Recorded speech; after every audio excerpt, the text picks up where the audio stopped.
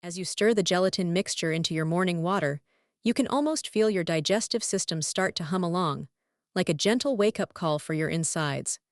The gelatin trick is all about coaxing your body into a state of effortless digestion, and it's amazing how such a simple recipe can have such a profound impact.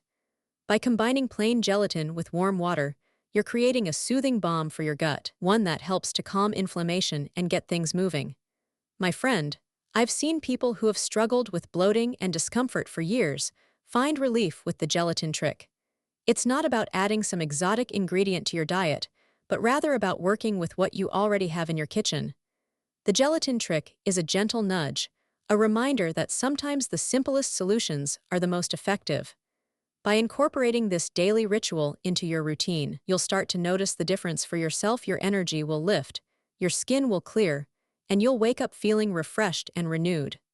To get started with the gelatin trick, head to the link in my description for an easy-to-follow guide. And if you have any questions or want to share your own experience with the gelatin trick, check out the pinned comment below. I'd love to hear from you and help you on your journey to better digestive health.